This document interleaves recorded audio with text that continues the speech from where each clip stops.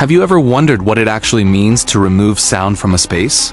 Not reduce noise levels, but eliminate reflections, reverberation, and external vibration to the point where only direct sound exists. There are rooms engineered to achieve sound levels below 0 decibels. And in those environments, the limiting factor is no longer the room, it's the human body. In acoustics, silence is often misunderstood. A space is not quiet because it lacks sound sources. It is quiet because it lacks reflected acoustic energy. Typical interior spaces have reverberation times between 0.5 to 2.0 seconds. This means sound persists due to continuous reflections. An anechoic chamber, by contrast, is designed to approximate a free field condition. No reflections, no standing waves, no reverberant field. Sound pressure level decays almost immediately after emission. Anechoic chambers are not simply treated rooms. They are multi-layer acoustic systems. Structural decoupling ensures the chamber is isolated from the primary building structure and mounted on vibration isolators or springs.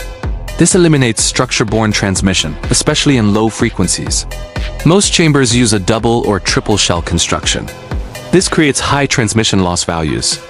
External noise is reduced by 60 to 100 decibels, depending on frequency.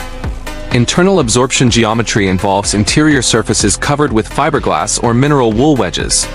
These function as porous absorbers. Sound enters the material and dissipates through viscous losses and thermal conversion. The wedge geometry is not aesthetic.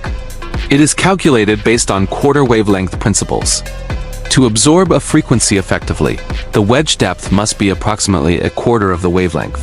This is why low-frequency absorption is extremely difficult. Most chambers have deep wedges, up to 1 meter long. Inside the chamber there is no reverberant field. Only the direct sound field exists. This eliminates modal resonance and flutter echo. The space behaves as an acoustically infinite environment. This is essential for accurate measurement of sound power, directivity patterns, and acoustic radiation. Even air systems must be engineered.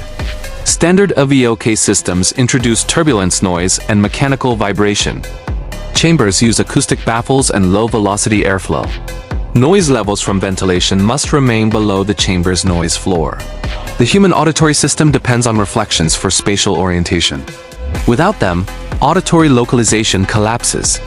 The vestibular system destabilizes and perception becomes internally focused.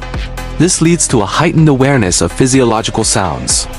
You may hear your heartbeat, your blood pumping, or the sound of your own nervous system. This is sensory deprivation. Absolute silence is not a natural condition. It is an engineered state achieved through meticulous control of materials and geometry. In most architecture, the challenge is managing sound. In these spaces, the challenge is removing it entirely. And when that happens, the boundary between environment and human perception disappears. Built to survive.